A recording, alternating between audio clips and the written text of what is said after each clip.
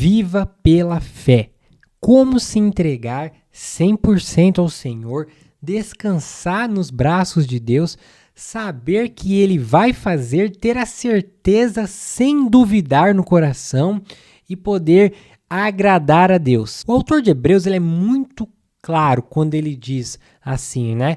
Ele cita Deus falando que se o justo não viver pela fé, a alma de Deus não tem prazer nele. Hebreus 10:36 diz: vocês precisam perseverar para que, havendo feito a vontade de Deus, alcancem a promessa.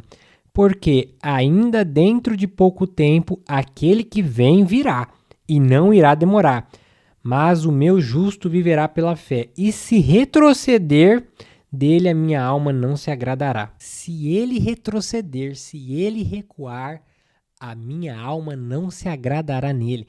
Deus ele diz que se nós não levarmos uma vida pela fé, a alma dele não teria prazer em nós. Então, para nós que cremos, é obrigação viver pela fé. Mas então o que é viver pela fé? Viver pela fé não significa ser irresponsável e dizer, não, agora eu não preciso trabalhar porque agora eu vivo pela fé e aí Deus vai sustentar. Eu não preciso mais me preparar, né? Para que eu vou estudar? Para que eu vou me especializar? Se agora eu vivo pela fé e aí Deus vai fazer por mim, então eu não preciso, né, mais dessas coisas. Agora eu vivo pela fé. Não, isso não é viver pela fé.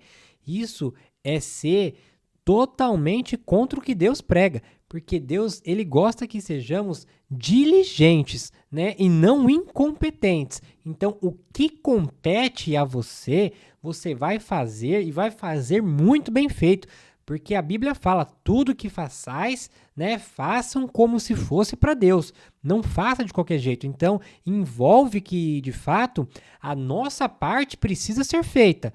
Mas então, se eu preciso fazer a minha parte, eu preciso buscar, eu preciso estudar para poder ter mais conhecimento, eu preciso me especializar para conseguir um emprego melhor, eu preciso meditar mais nas escrituras para viver mais de Deus. Então o que é viver pela fé, já que eu que tenho que fazer? Tem uma frase de um provérbio que resume bastante o viver pela fé sem ser incompetente, sendo totalmente diligente, que diz assim: prepara-se o cavalo para a guerra, mas a vitória vem do Senhor.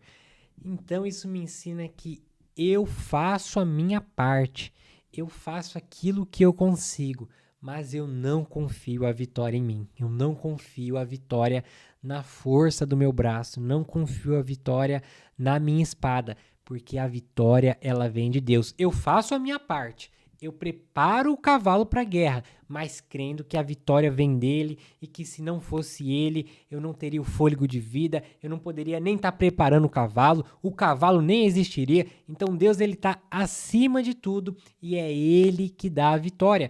Quando Deus nos chama para viver pela fé, ele fala, olha gente, confia em mim, porque se vocês não confiarem em mim, né, vocês estarão sujeitos às paixões deste mundo. O que Paulo fala ali, né, para os ricos, né, o que eles falam ali para os ricos? Fala assim, fale para os ricos do presente século que não depositem a sua confiança na riqueza.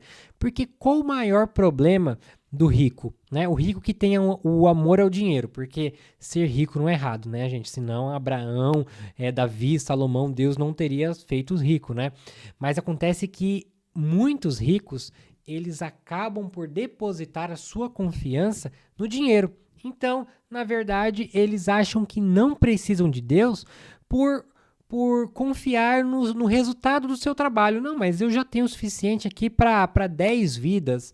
Não, mas eu sou muito inteligente, eu nunca ficaria sem emprego, eu consigo me sustentar sozinho. E aí cria aquela independência. E isso é totalmente contra o que Cristo diz. O que Cristo fala? Sejam iguais crianças.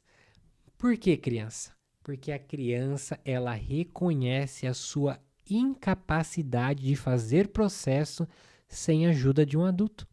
Um bebê, ele não consegue se alimentar sozinho. Uma criança não consegue se alimentar sozinho, mas ela confia e descansa que o pai dela vai alimentar. Por mais que uma família que seja muito pobre e seja uma criança ali nova que ainda não entende das coisas, ela vai descansar porque ela sabe que um pai sério ali, né, ele vai fazer o possível para trazer o pão amanhã e o pão sempre vai estar ali. Às vezes ela não viu aquele trabalho, mas ela confia que o alimento vai vir. Não entende como, ela só confia. Ela não fica fazendo conta, ela apenas confia. E quando Cristo ele chama a gente para viver pela fé, é justamente isso. É a gente fazer a nossa parte, né, nesse sentido de o que está na nossa mão, mas termos essa mentalidade da criança no confiar, reconhecer que sem o Senhor é impossível que façamos algum progresso.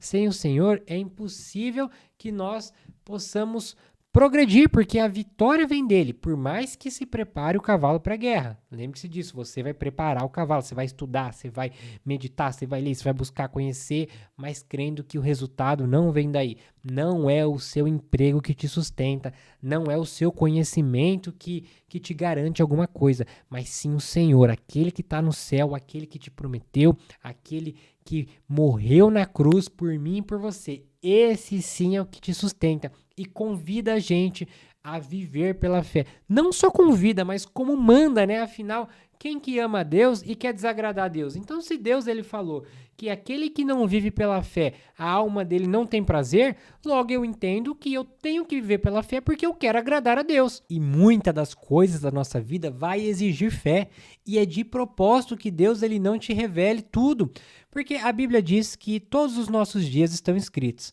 né? Mas nós não sabemos, nós não temos acesso a esse livro, então nós não sabemos o que está escrito. Mas nós temos o Espírito Santo, aquele que estava junto com quem escreveu, né? Era o próprio que escreveu. E aí, ele sabe, e ele mora em nós. E a boa notícia é essa, que Jesus morreu na cruz, levou os nossos pecados e deixou o Espírito Santo com a gente, que conhece todos os dias escritos em nossa vida. Mas eu e você, por não conhecer, vai exigir fé. E Cristo já faz isso de propósito, porque se Deus ele chegasse para Abraão e falasse: olha, Abraão, na verdade, eu não vou matar o seu filho, tá? Você pode ficar tranquilo que é só para provar lá, mas leva lá que eu não vou matar, não. Se Deus falasse isso, né?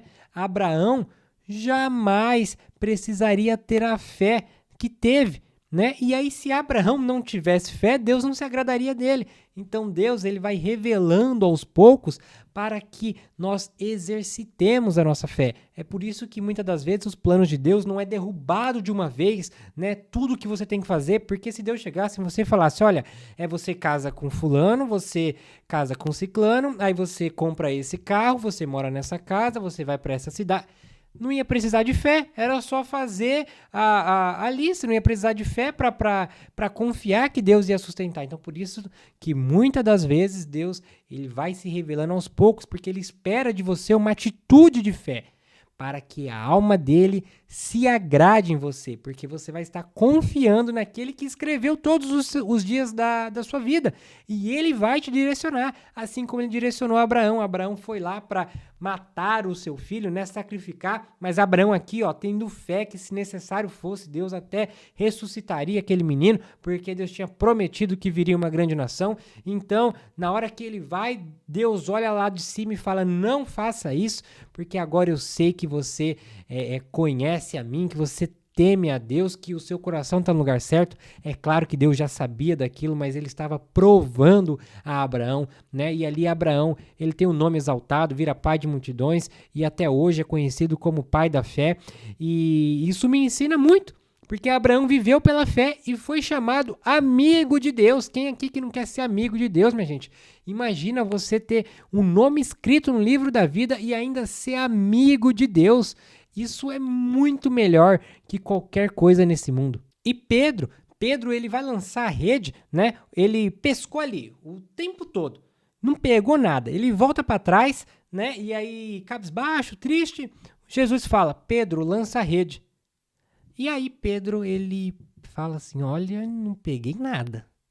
Hoje foi aquele dia difícil, mas sobre a tua palavra eu lançarei. O que isso me ensina? Que Pedro teve que ter fé na palavra de Deus para lançar a rede. Jesus não falou, Pedro, lança a rede que ela vai voltar cheia de peixe. Todas as redes que ele lançou não voltou com nada. Por que aquela seria diferente? Porque Jesus que tinha falado. Jesus tinha decretado. E Pedro creu no que Jesus disse. Pedro exercitou a fé. Pedro teve fé na palavra de Deus. E é por isso que ele lança a rede. E isso me ensina também que se Jesus tivesse falado, Pedro, lança a rede, que você vai puxar um montão de peixe, eu estou te garantindo isso. Muitas das coisas Cristo garante e é promessa de Deus, a gente pode tomar posse pela fé, mas muitas das vezes o chamado pessoal, aquilo que Deus tem com a sua vida, vai ser progressivo. Você vai tendo fé que Deus vai agir, você vai ter fé que Deus vai prover o sustento para você amanhã, o pão de cada dia, que é aquela conta que você não sabe como pagar, você vai ter fé que Cristo, ele vai, nem que ele levante um irmão, não sei da onde, para te mandar o dinheiro, mas vai chegar na sua mão. Mas tenha fé. Cristo, quando ele vai curar, ele fala muitas vezes, seja feito conforme você crê. Então creia, viva pela fé, que a alma de Deus vai se agradar, que o Senhor vai se alegrar com você e você viverá milagres. Cristo Jesus, ele fala, pedindo com fé, vocês recebem. Vocês podem até mover a montanha de lugar. É claro que ali ele não estava sendo literal. O mover a montanha significava naquele tempo realizar coisas que não eram possíveis, né? Como, por exemplo, uma cura de um cego, a cura de um paralítico, né? E o principal, a conversão de pecados, né? Gente, a gente tem que ter fé que Cristo ele vai alcançar a nossa família, ele vai alcançar nossos amigos, aqueles que não se converteram. Vamos crer e também crer na promessa que ele nos guarda, que ele está conosco, que a ansiedade não vai tomar conta de nós, o medo não vai nos dominar, mas tenhamos fé naquele que nos enviou, naquele que nos guarda, naquele que está conosco até o fim dos tempos. Viva pela fé, não seja dominado pela dúvida, pois a dúvida, a incredulidade desagrada a Deus. Deus te abençoe.